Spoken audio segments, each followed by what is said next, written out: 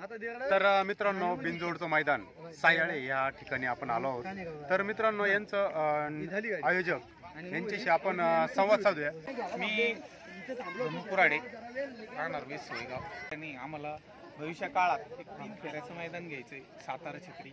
आपल्या भागात ते लागाव लोकांना रुजू करायचं आहे आणि याची आवड लागावी। मैदान वाढत जातं, बक्षिसाची जास्तीत जास्त वाटप होईल आणि या तुफानी मैदानाला चांगला असा प्रतिसाद मिळतोय आणि आपण येणाऱ्या काळात सुंदर अशी गर्दी आज पहिल्यांदाच भरवतोय मैदान। आजचा आठवडा आमचा मंगळवार होता, तो बदलून आम्ही दर गुरुवारी हा फिक्स केला। दर गुरुवारी आपण हे मैदान भरवतात। हो, आणि बिनजोडला जर का कुणी एखादा जोड भेटला नाही तर त्याचं काय? तर गुलाल टाकून जोड मिळतोच ना, जोड लावून जोड मिळतोच। हो, मैदान चालू केलंय तेव्हा काय काय अडचणी आल्या तुम्हाला मैदान? आता शेतकऱ्यांपाशी जाणं आलं आम्हाला, त्याच्यात खेळात रुची, त्यांना वेळ सरावासाठी यावं, गटपास होईल। लांबून जिल्ह्याभरात नाशिक जिल्ह्यामध्ये प्रथमच बिनजोड चालू केलं। हा खेळ खेळायला ते मुंबईला जावं लागेल, पनवेलला जावं लागेल। मग त्याचा एक विचार केला आम्ही, आपल्या भागामध्ये नाशिक पट्ट्यात, नगर पट्ट्यामध्ये याची आवड लागावी त्या स्वरूपात। आणि इथं या मैदानात कुठून बैल येतात? हे पारपंच कृषीमधून येतात। औरंगाबाद नाशिक पट्टा आला, इथल्या आसपास अकोला आला, संगमनेर आलं, तर कोळपेवाडी आली, झगडे फाटा आला, शिर्डी परिसर आला, राहता परिसर आला, साकुरी परिसर आला। एवढ्या भागातून चांगला प्रसिद्ध चांगलं आहे आपलं। वेस सोयगावच्या पलीकडं वाळकी आहे, रांजणगाव देशमुख आहे, मोठाले गाव दोराळे गाव आहे।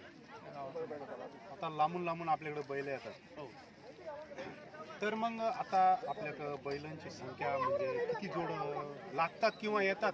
तुम्हाला वेळ पुरतो का तेव्हा? नाही, वेळेचं बंधन हे बैलगाडा मालकांनी तुमच्या माध्यमातून, चॅनलच्या माध्यमातून सांगतो, शिस्त आणि वेळेचं जर बंधन पाळलं तर हे मैदान कधीपासून तुम्ही चालू केले?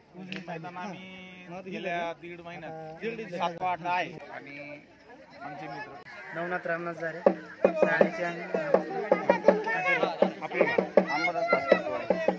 तर मित्रांनो, यांच्या नेतृत्वाखाली हे आयोजन केलं जातं इथे।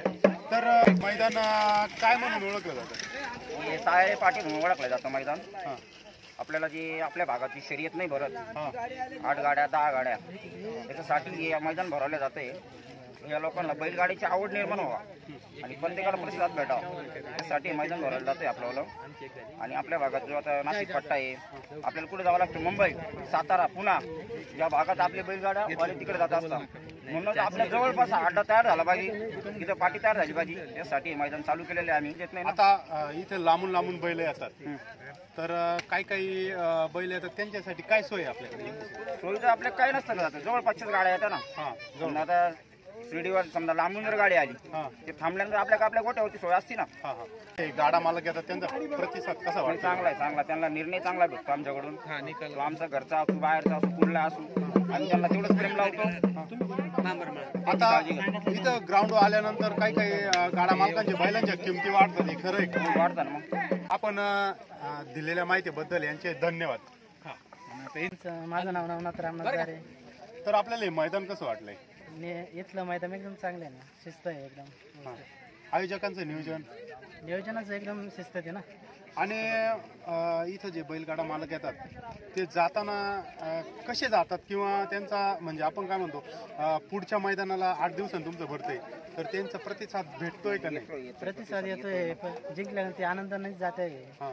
आणि येताना काय समजा काय म्हणून येतात तुमच्याकडं? काही इथे या मैदानावर येतात तर काय म्हणून येतात? या मैदानाचं वैशिष्ट्य असं आहे, इथं निर्णय चांगला असतो, नियोजन चांगलं आहे, नियम चांगले आहे, सगळ्यांना नियम सारखाच असतो। कारण की या नियमात काठी वापरल्या जात नाही, काठी नाही, चावा जायचा नाही, काठी बिटी घेतली नंतर ती गाडी डायरेक्ट बाद केली जाते। नियम पाळूनच मैदान आपण करतो। जो नवीन बैलगाड्या मालकांना तुमच्याकडे प्रतिसाद भेटतोय का? नवीन बैलगाडी मालक तयार होतात?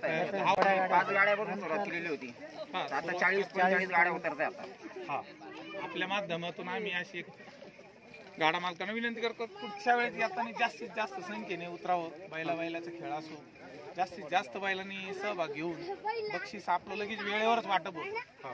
तुमची गाडी विजेता ठरली, तुमचं वेळेवर तुमचं पारितोषिक देऊन त्यांना चषक देऊन आपण गाडा मालकाला वेळेवरच देतो. आणि याची आवड लागता अजून भरपूर असा प्रतिसाद आपल्याला भेटणार आहे. तुमच्या माध्यमातून आम्ही विनंती करतो तर तुम्ही पण अजून जास्तीत जास्त गाडा मालकापर्यंत शेतकऱ्याकडे पोहोचा. त्या गाडा मालकांना मैदानात बघू द्या. आपलं आयोजन नियोजन सुंदर असं आपण करतोय आणि भविष्यात आपण वाढवणार आहे अजून. तर मित्रांनो, आपल्या या भागामध्ये मैदानाविषयी मुंबई किंवा अशा बाहेर जावं लागतंय, तर मित्रांनो सयाळे या मैदानाला तुम्ही बैलगाड्या मालकांनी अवश्य भेट द्या. तर असेच नवनवीन व्हिडिओ बघण्यासाठी तुम्ही अभि फार्मर या यूट्यूब चॅनलला सबस्क्राईब करा, लाईक करा, शेअर करा. तोपर्यंत धन्यवाद मित्रांनो. जय जवान जय किसान.